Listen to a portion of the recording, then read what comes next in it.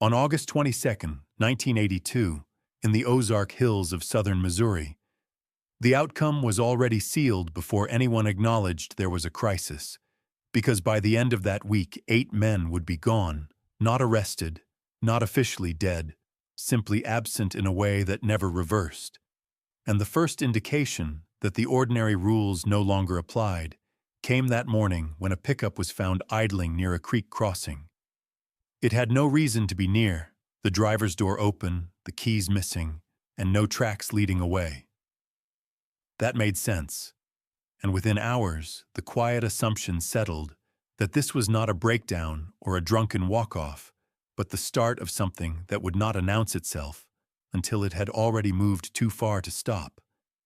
Because in the Ozarks, men did not vanish at random.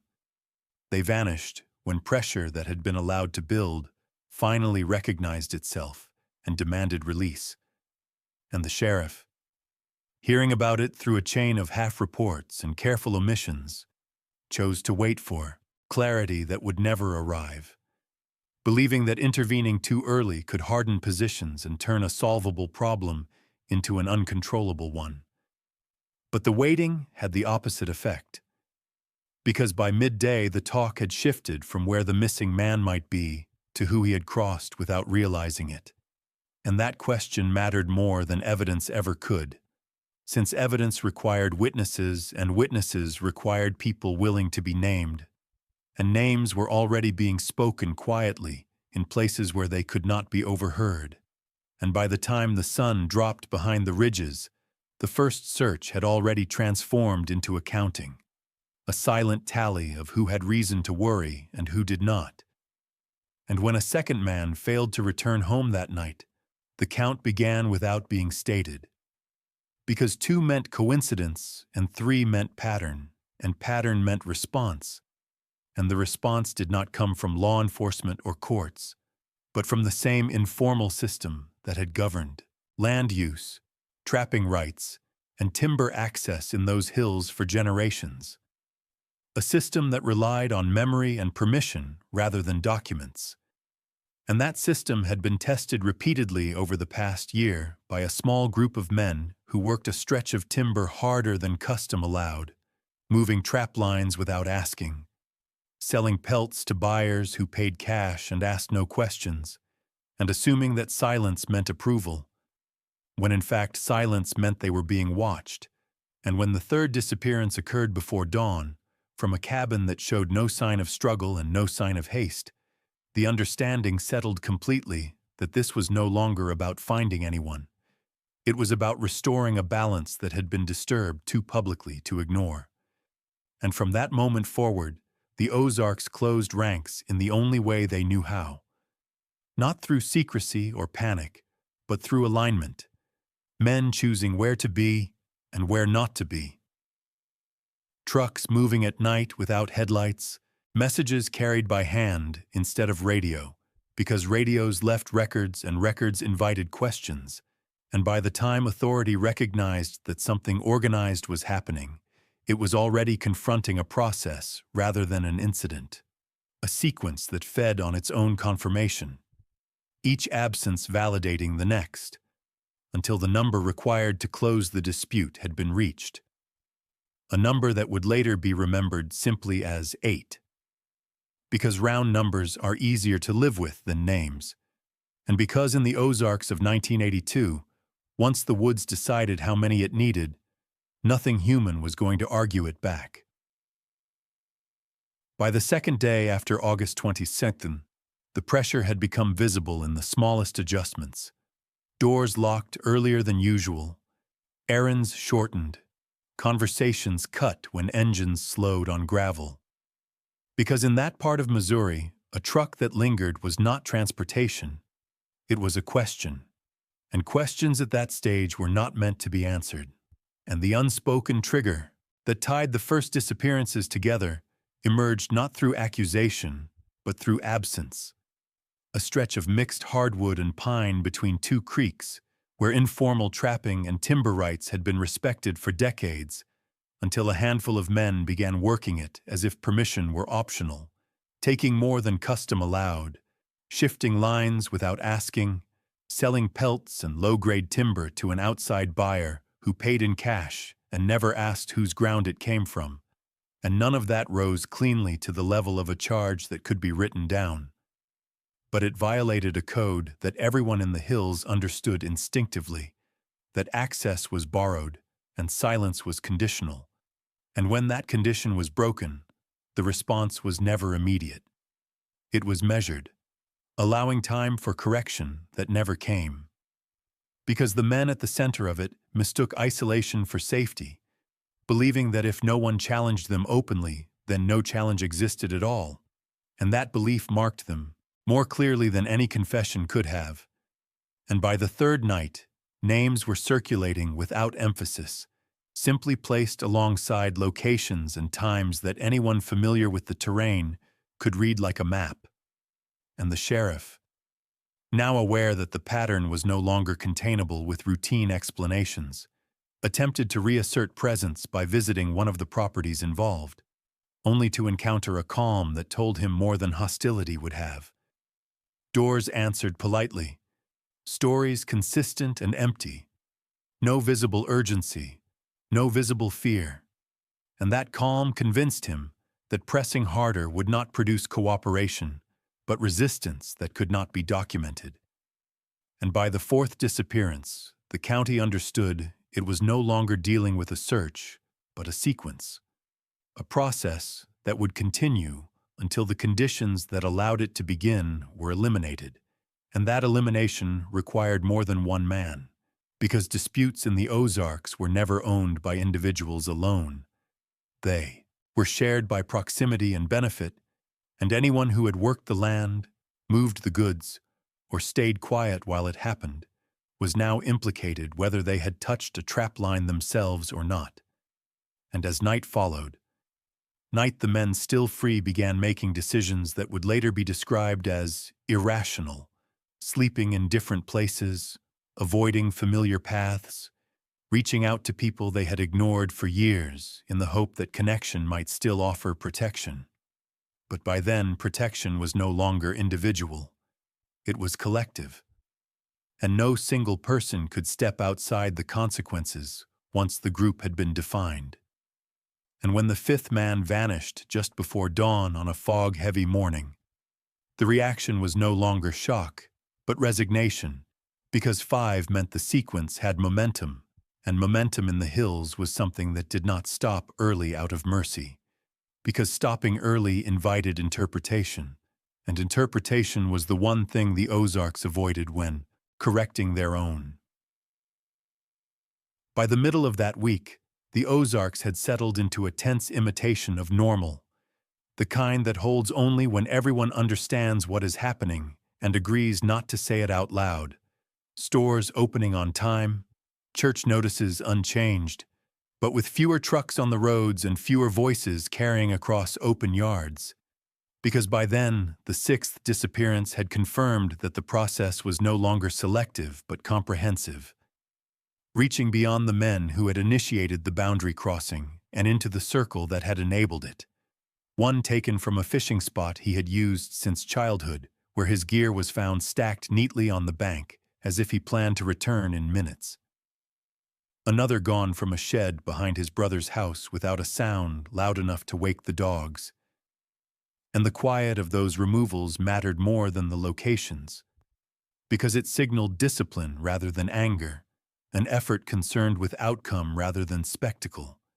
And the sheriff, now, fielding calls from relatives outside the county who sensed something was wrong, began keeping his answers deliberately narrow, confirming only what could be proven and deflecting everything else toward terrain and personal habits. Explanations that sounded thin but held just long enough to avoid escalation. And within the community, the focus shifted again, away from who had started the dispute and toward who remained unaccounted for. Because once the hunt reached that stage, guilt was irrelevant, and innocence offered no protection. What mattered was closure, and closure in the Ozarks did not mean truth or justice, but completion. The sense that the imbalance created by taking more than permission allowed had been corrected fully enough to prevent repetition. and the seventh disappearance arrived just before dawn on a low-lying ridge where fog pooled thick enough to swallow sound. The man last seen heading out alone on a route he had walked safely for years, and when he failed to return, the reaction was almost procedural, because 7 meant the 8th would follow. Not because of fate, but because of arithmetic.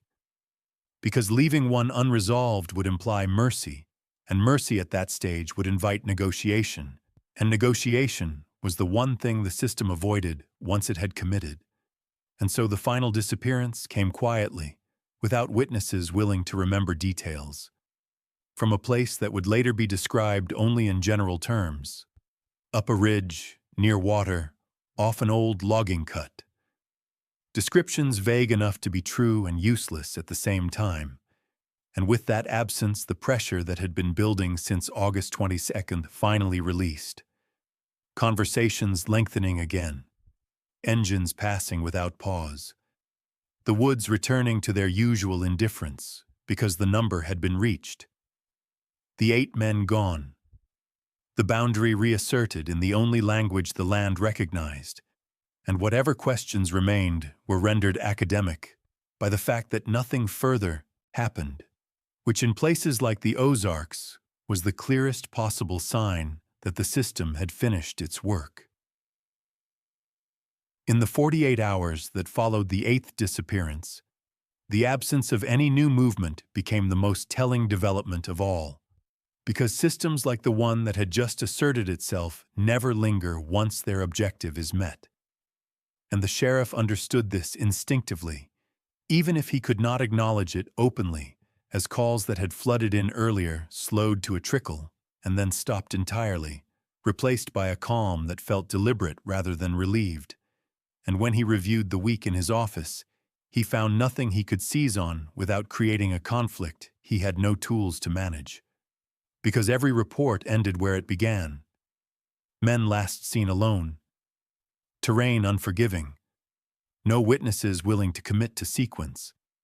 And that uniformity was not accidental, but engineered by time and restraint. And when word reached the Missouri State Highway Patrol through administrative channels rather than urgency that 8 adult men were missing inside a single rural corridor, the escalation that followed was procedural rather than reactive, driven by thresholds on paper rather than alarm. And when 2 state investigators arrived, they did so quietly, without press or announcements, asking questions designed to locate contradiction rather than guilt. And what they encountered was not silence, but coherence. Timelines that aligned just enough to avoid friction. Witnesses who remembered peripheral details with clarity while remaining vague on the moments that mattered, and terrain that offered plausible explanations for every gap. Because the Ozarks had long ago learned how to make uncertainty look natural, and when the investigators requested a coordinated search, they were told one had already been attempted informally and abandoned due to safety concerns. A statement that was both accurate and final. And as days passed, the state presence shifted from investigative to observational, notes thinning, questions narrowing, because escalation without traction only hardened resistance that could not be documented. And one attempt to bring in search dogs was quietly discouraged after handlers were told certain areas were inaccessible due to private timber operations, seasonal flooding, and unstable ground. Explanations delivered calmly and consistently enough to close the option without refusal.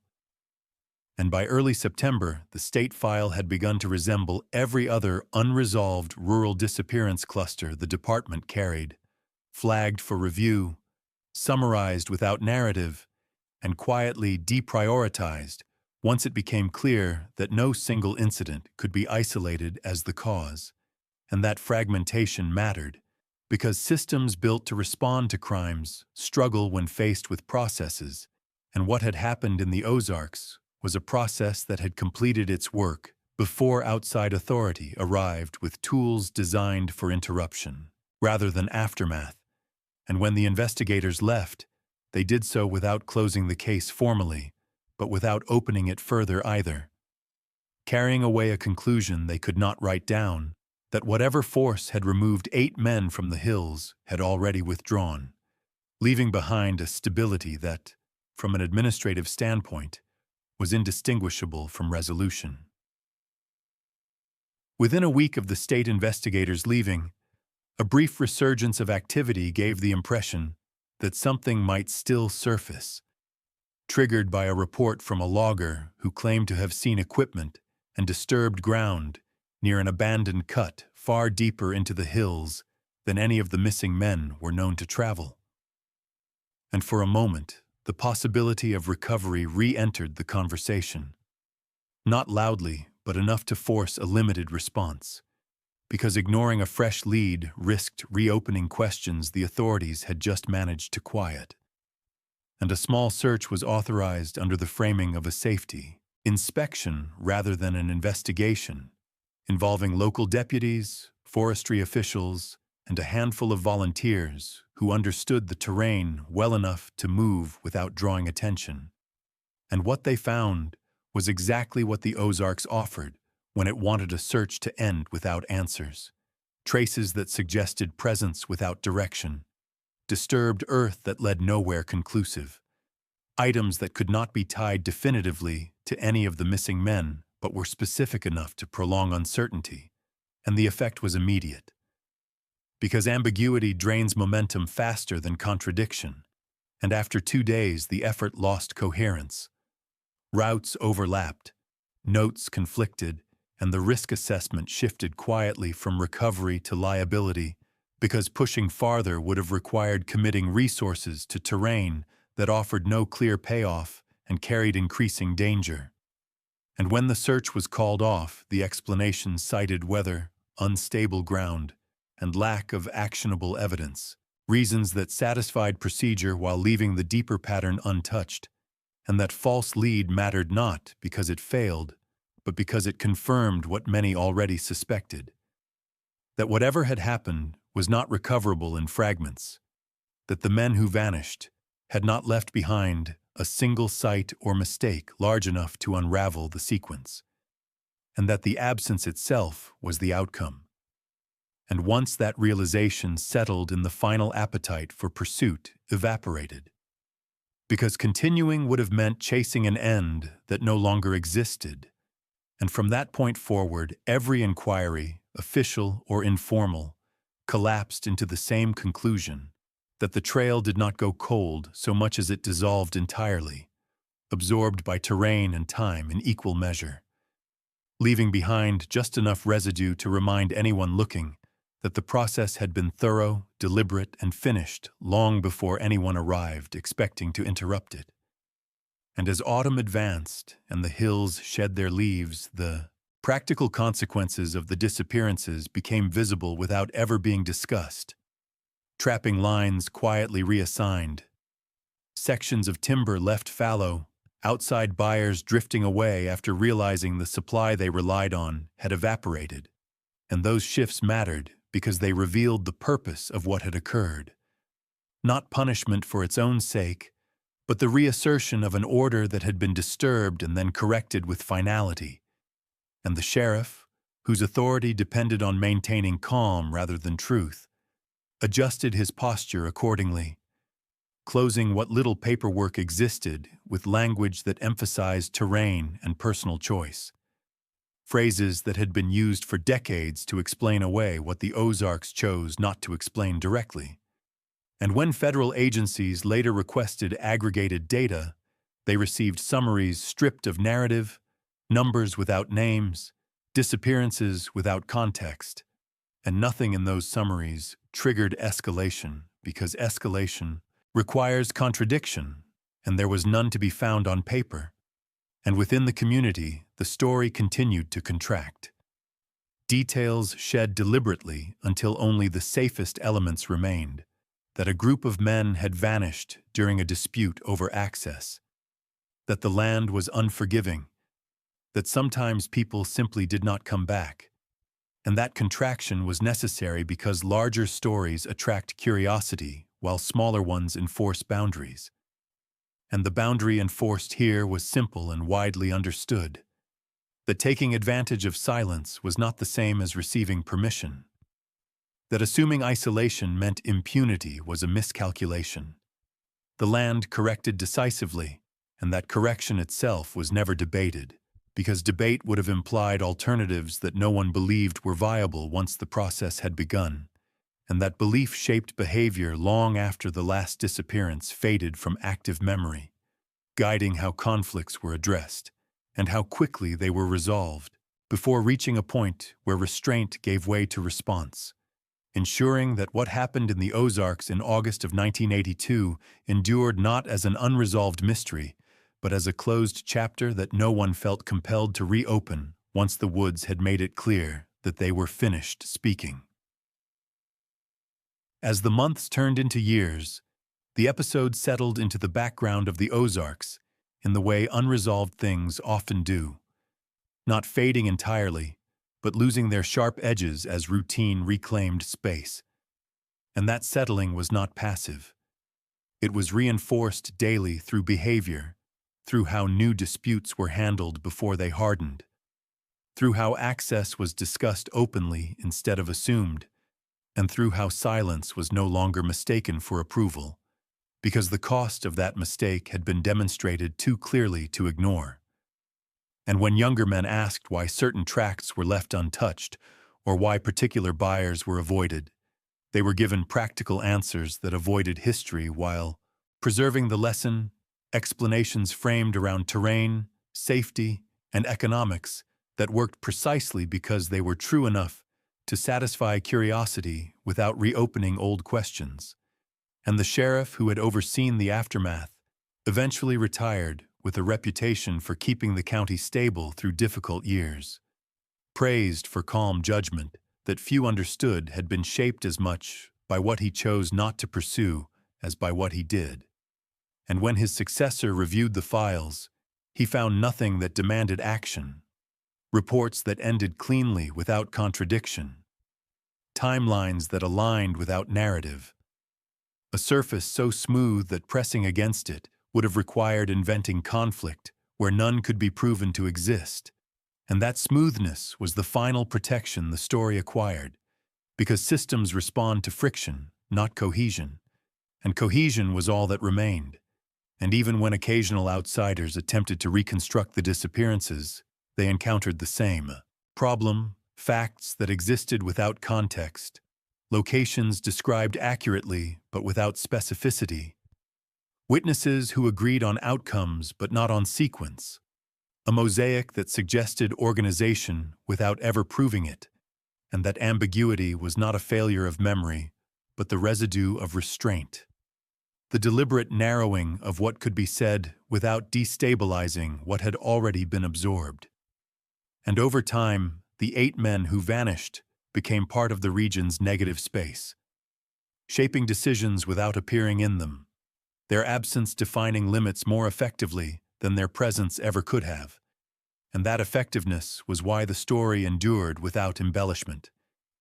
Because it did not need drama to remain functional, only the shared understanding that once the boundary had been crossed and left uncorrected, the response had followed a logic that did not negotiate and did not repeat itself, and that understanding persisted quietly, carried forward not as a warning spoken aloud, but as a posture, a way of handling things sooner, smaller, and in daylight, ensuring that the Ozark Manhunt of Missouri in 1982 remained what it had always been intended to be, not a mystery to be solved but a correction completed.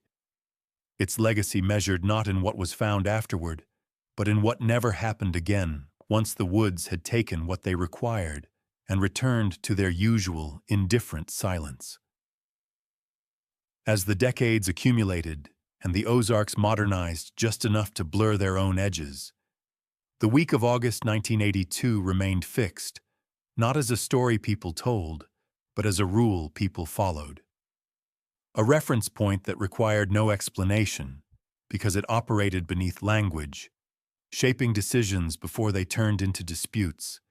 And that was why the manhunt never re-emerged in detail even as technology crept closer and roads improved.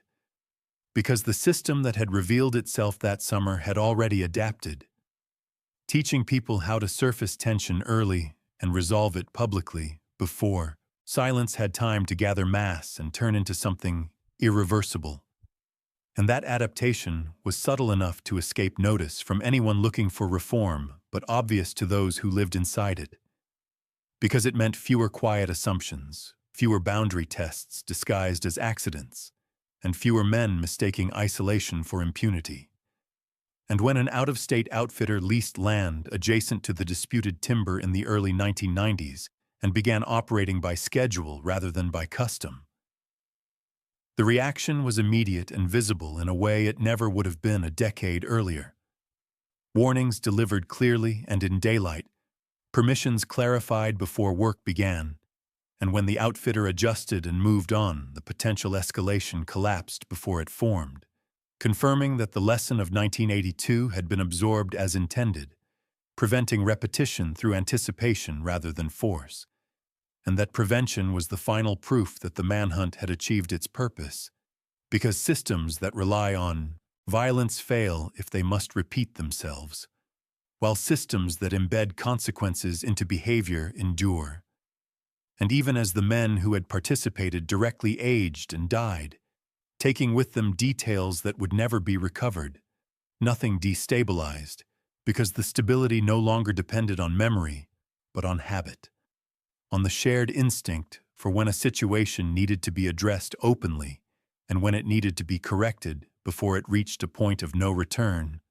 And that instinct was passed down without instruction, learned through example rather than explanation, ensuring that the 8 men who vanished in 1982 remained present only through the limits they defined, shaping conduct without appearing in it. And when people outside the region framed the disappearances as a failure of justice, they misunderstood the internal logic entirely, because justice, as defined there, was not a process but an outcome.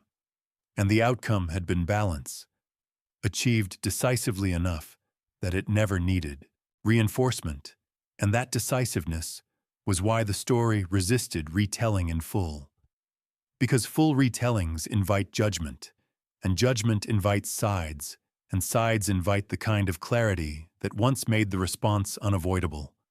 So instead, the Ozarks allowed the story to thin until only its function remained.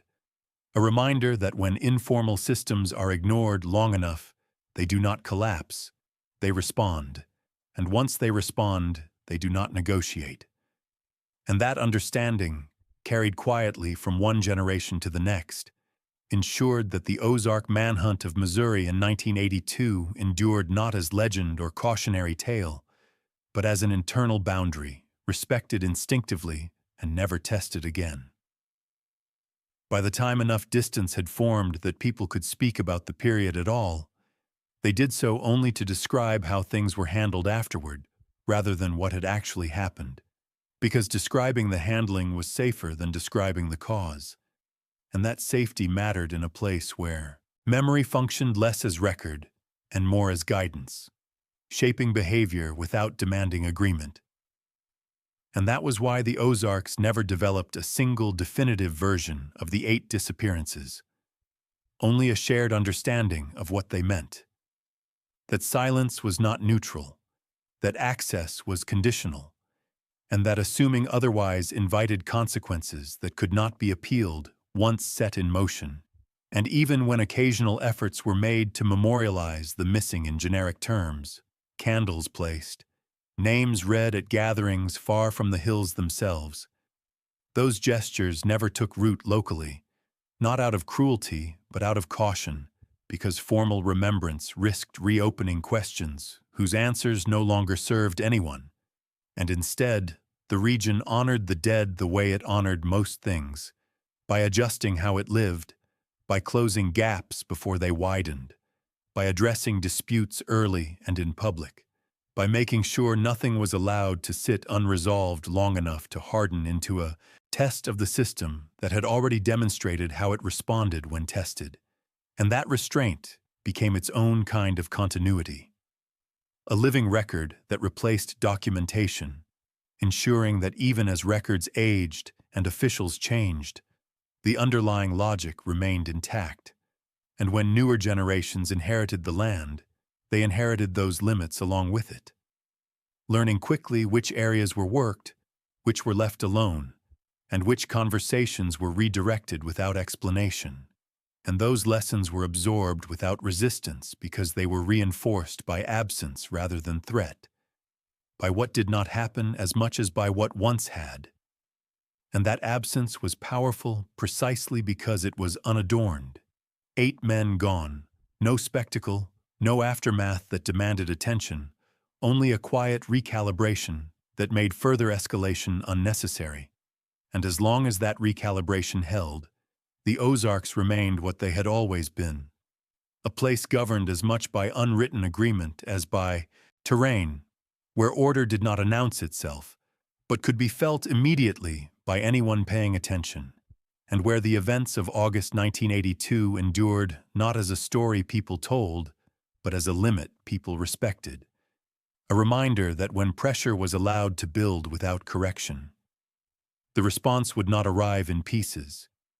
It would arrive complete, and once complete, it would leave behind a calm that looked ordinary to outsiders and felt essential to those who lived within it, ensuring that the 8 men who vanished were never replaced by 9, because the lesson they represented had already done its work.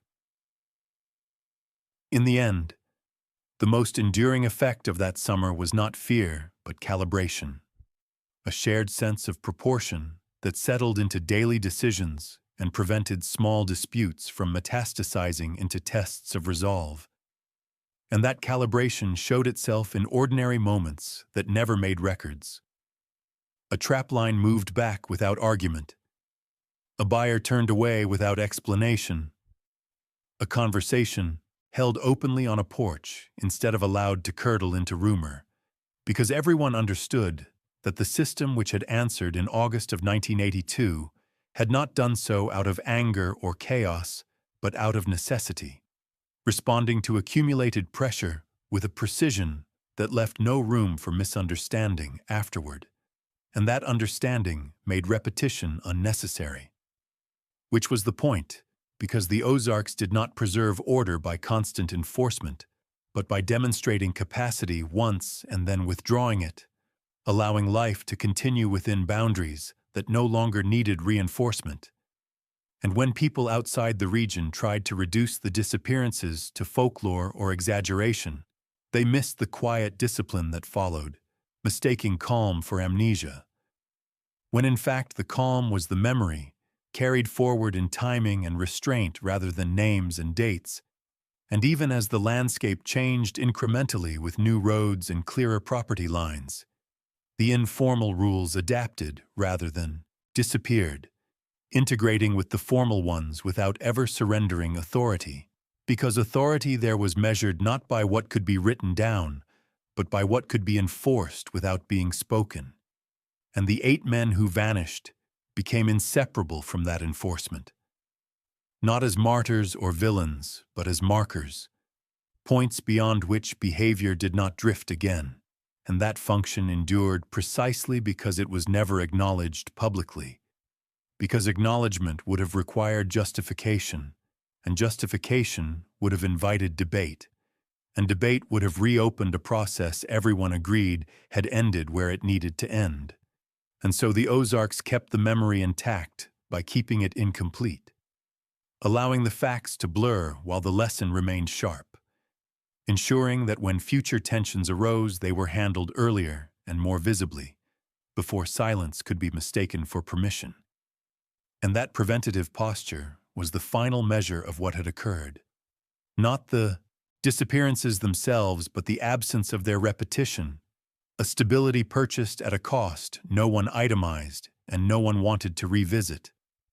And in that sense, the manhunt achieved a permanence that no investigation ever could, embedding its conclusion into behavior rather than record, so that long after the last file had been closed and the last witness had died, the outcome of that week in 1982 continued to govern how far a man could go before the land answered back, quietly, decisively, and without appeal. Even after enough time had passed, that the summer of 1982 began to feel distant. The structure it left behind remained active in ways that were difficult to notice unless someone knew what to look for, because the Ozarks did not memorialize their corrections with markers or anniversaries, but with habits. And habits are harder to dismantle than laws, and that persistence showed itself whenever pressure threatened to accumulate again, disputes resolved earlier, boundaries clarified, before being tested, silence broken deliberately instead of allowed to stretch into assumption. And those changes were not framed as lessons, but as common sense, absorbed so completely that many who followed no longer knew what had taught them in the first place, only that certain mistakes were never worth making, and that quiet inheritance mattered because it meant the system no longer depended on the men who had enforced it directly. Their absence from the present mirrored by the absence they had created in the past, and when those men began to die off, from age, illness, or accidents that drew no attention, nothing shifted, because the authority they represented had already been transferred into routine, into the way people moved through conflict without ever naming why. And even as records aged and officials rotated out of office, the same smooth surface greeted anyone who looked back. Files that ended cleanly without contradiction. Narratives that never quite formed. A cohesion that discouraged pursuit by offering no leverage. And that cohesion was not conspiracy, but alignment. A collective decision that whatever had happened had achieved its intended effect and did not need further clarification. And when occasional outsiders tried to frame the disappearances as a cautionary tale about lawlessness, they misunderstood the internal logic entirely, because lawlessness was chaotic and temporary, while what followed 1982 was structured and enduring, an informal order that operated alongside formal authority without challenging it, intervening only when necessary and withdrawing completely once balance was restored. And that restraint was why the story never escalated into something larger, why it never produced copycat episodes or public reckonings, because it was never meant to be instructive through spectacle, only through consequence. And consequence does not require repetition to remain effective.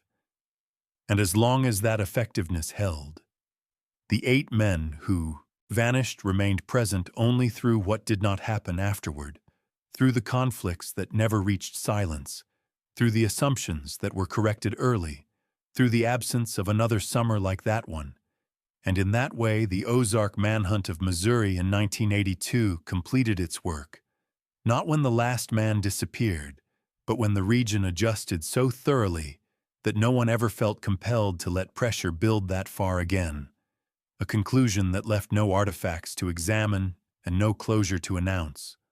Only a quiet stability that looked unremarkable from the outside and felt necessary to those who lived within it, enduring not because it was remembered clearly, but because it continued to function exactly as intended. Long after the details had thinned beyond recovery, the only people who continued to circle the edges of the story were those who arrived with reasons that had nothing to do with justice and everything to do with curiosity. Freelance writers, graduate students, distant relatives hoping for clarity, and each of them encountered the same resistance that was not overt but absolute. A landscape that answered questions with terrain, a community that answered timelines with routine, and records that answered intent with procedure. And that consistency mattered because it demonstrated how completely the episode had been absorbed, leaving nothing exposed enough to pull apart. And when one such inquiry attempted to frame the disappearances as a single coordinated event, a manhunt in the language of outsiders, the framing failed locally, not because it was inaccurate, but because it implied an exception, when in fact what had happened was understood as continuity. The system doing what it had always done when left with no alternative, correcting imbalance without waiting for permission. And that distinction explained why the story never produced a reckoning. Because reckonings require acknowledgement, and acknowledgement requires someone to benefit from it, and no one in the Ozarks benefited from reopening August of 1982. Not families who had already adjusted to absence, not officials who had inherited calm, and not a community that had learned, painfully and efficiently, how to prevent a recurrence by addressing pressure before it hardened into silence. And that preventative knowledge endured even as names faded and faces blurred, carried forward in small decisions that never drew attention. A trapline left untouched, a deal declined, a conversation held openly instead of deferred.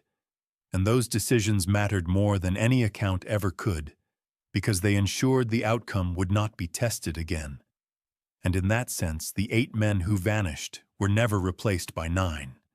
Not because the system had weakened, but because it had succeeded too completely to need repetition, leaving behind a region that looked unchanged to anyone passing through and felt profoundly altered to those who remembered how quickly things could move when left unaddressed. And that quiet alteration was the final chapter of the Ozark Manhunt of Missouri in 1982, a chapter written not in reports or memorials, but in restraint, timing, and the shared recognition that once the land had answered, there was nothing to be gained by asking it to speak again. As the 20th anniversary approached without notice or ceremony, the episode existed almost entirely as an operational memory rather than a narrative one, something that guided behavior without ever demanding recognition. And that invisibility was the clearest indication of how fully it had been integrated.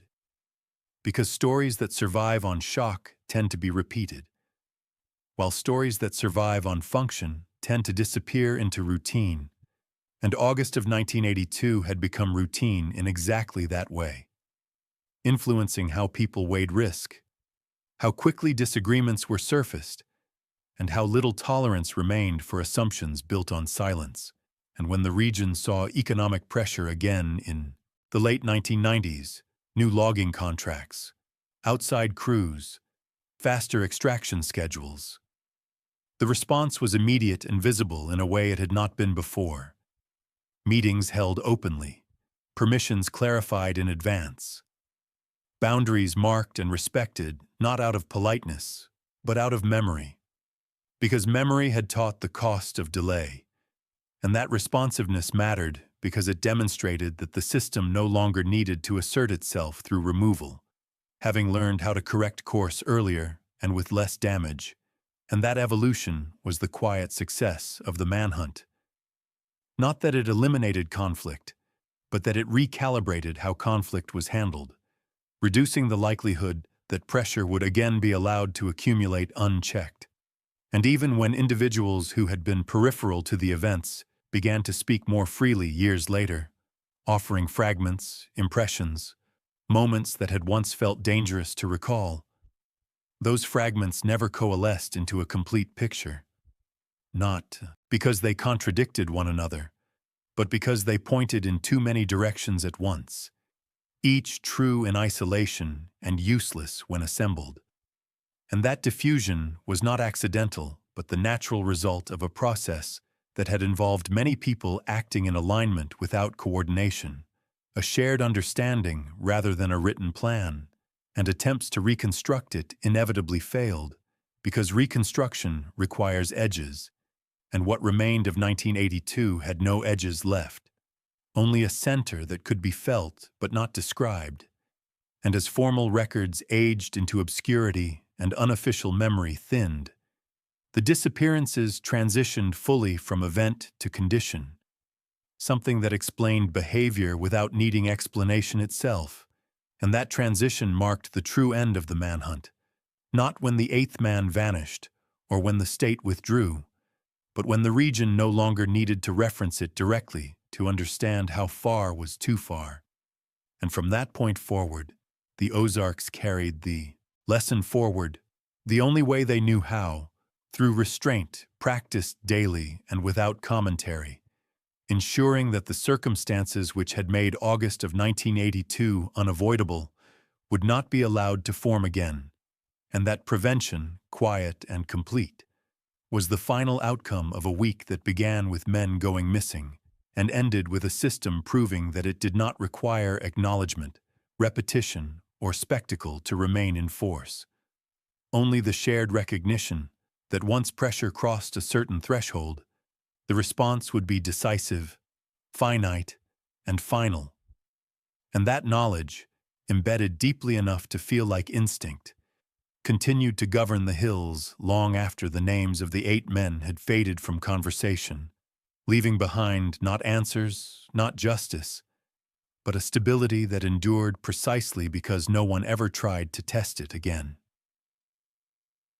By the time the story had thinned that far, what remained was not a mystery waiting to be solved, but a framework that continued to operate invisibly, shaping choices before they hardened into conflict. And that invisibility was deliberate, because anything visible could be challenged, debated, or dismantled, while something embedded into habit simply persisted, and the Ozarks preferred persistence over explanation. And that preference explained why no single person ever emerged as an authority on what happened in 1982, because authority would have implied ownership, and ownership would have implied responsibility that no one wanted or needed to claim. And instead, the responsibility was diffused across behavior itself, across the way people checked assumptions earlier, the way newcomers were corrected gently but firmly, the way silence was treated as a warning sign rather than a neutral space. And that diffusion mattered because it ensured that the lesson could not be erased by removing any one person or document. It lived instead in timing, in posture, in the collective instinct to address pressure before it reached a point where correction required force, and when outside narratives attempted to frame the disappearances as evidence of brutality or vigilantism, they failed to gain traction locally. Not because they were entirely wrong, but because they misunderstood causality, mistaking outcome for motive, when in fact the motive had always been preservation, the maintenance of an order that predated formal authority and adapted alongside it without ever fully surrendering control. And that order did not celebrate what it had done, did not warn outsiders theatrically. It simply adjusted and moved on, confident that repetition was unnecessary once capacity had been demonstrated, and that confidence proved justified as years passed without a similar sequence unfolding. Not because the land had changed, but because the people had, carrying forward a calibrated sense of proportion that guided decisions long before they reached the point of no return. And that calibration was the true legacy of the 8 men who vanished, not their absence itself, but the discipline that absence enforced. A discipline that allowed the Ozarks to absorb pressure quietly and release it early, preventing silence from ever again becoming the space where assumptions hardened into certainty. And in that way, the manhunt ended not with answers or arrests, but with an equilibrium that endured, unspoken and unchallenged, leaving behind a region that looked unchanged to anyone passing through and felt irrevocably altered to those who understood how close it had come to seeing just how far the system could go if left with no alternative. And that understanding, carried forward without ceremony or record, ensured that August of 1982 remained a reference point rather than a template, a reminder of what happened once and never needed to happen again, because the cost of learning it had already been paid in full. At that stage, the story no longer belonged to the past in any meaningful way. It functioned as a constraint on the present, a pressure valve that stayed closed precisely because everyone understood what happened when it was ignored, and that understanding reshaped the Ozarks more effectively than any investigation ever could, because it altered incentives rather than assigning blame, making certain actions unthinkable not out of fear of punishment, but out of certainty about outcome, And that certainty was the most powerful inheritance August of 1982 produced, because it meant future conflicts were addressed while they were still flexible, still solvable with words and daylight, rather than being allowed to harden into tests of resolve that demanded irreversible answers. And even when economic downturns hit and desperation returned in new forms, people adjusted faster, sharing information earlier, confronting boundary issues openly, because silence was now recognized as the most dangerous condition of all. Not a buffer, but an accelerant. And that recognition marked the final maturation of the system that had revealed itself during the Manhunt, transforming it from a reactive force into a preventative one, something that no longer needed to assert itself through disappearance because its potential was already understood. And when people outside the region dismissed the episode as exaggerated or symbolic, they missed the practical reality entirely, because symbolism does not change behavior, consequence does. And the consequence of 8 men vanishing without reversal was a recalibration that proved durable enough to survive generational turnover, modernization, and external pressure. And that durability was why the story resisted conclusion in the traditional sense. Because conclusions imply resolution, and resolution implies closure. While what happened in the Ozarks produced continuity instead, a line drawn clearly enough that it never needed to be redrawn, and as long as that line held, the events of 1982 remained functionally complete. Not because every question had been answered, but because no unanswered question carried enough weight to justify disturbing the balance that had followed. And that balance, fragile in theory but resilient in practice, was the quiet endpoint of the Ozark Manhunt of Missouri. A week that began with men going missing and ended with a region learning exactly how much pressure it could tolerate before the response became absolute. A lesson embedded deeply enough that it never needed reinforcement, only respect. And that respect, unspoken and widely shared, ensured that the 8 men who vanished remained the last to do so under those circumstances. Their absence standing not as an invitation to revisit the past, but as a boundary that continued to govern the present without ever needing to be named. In the final accounting, nothing about what happened in the Ozarks in 1982 fit neatly into the language of crime or justice, because those words implied a beginning and an end that never truly existed. Only a threshold that had been crossed and then reinforced so thoroughly it never needed to be tested again. And that was why the 8 men who vanished were never fully recovered in memory or record. Not because they were forgotten, but because forgetting the details was the mechanism that allowed the lesson to endure. A lesson about pressure, silence, and the cost of mistaking restraint for weakness. And as years passed and new generations inherited the hills, they inherited that lesson without ever being taught it directly, absorbing it through behavior rather than story, through how conflicts were surfaced early and resolved openly, through how access was negotiated rather than assumed, and through how silence was treated not as permission, but as warning. And that quiet transmission mattered more than any official resolution ever could, because it ensured continuity without repetition, stability without spectacle. And when people asked what finally ended the manhunt, the answer was not arrests or confessions, but adjustment. The region recalibrating itself so completely that the conditions which had made August of 1982 unavoidable were never allowed to form again. And in that sense, the story did not conclude with the disappearance of the 8th man, but with the absence of a 9th, a negative outcome that spoke louder than any evidence, confirming that the system which had answered once no longer needed to answer again, leaving behind a calm that looked ordinary to outsiders and felt necessary to those who lived within it. A calm built not on truth or closure, but on the shared recognition that once the line had been crossed and corrected, there was nothing to be gained by revisiting it, only something to be preserved by remembering, quietly and without embellishment. How quickly the woods had answered when asked.